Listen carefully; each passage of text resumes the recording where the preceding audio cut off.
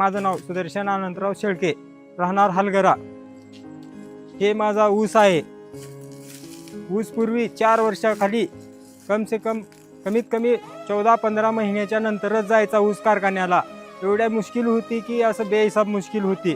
आता संभाजीराव पाटील निळेकर यांनी कारखाना चालू केले. आंबुलग्याचा डॉक्टर शिवाजीराव पाटील निळेकर हे कारखाना चालू केल्यानंतर टाईम टू टाईम 12व्या महिन्यात ऊस तारीख आल्या ऊस घेऊन चालल्यात तोडून.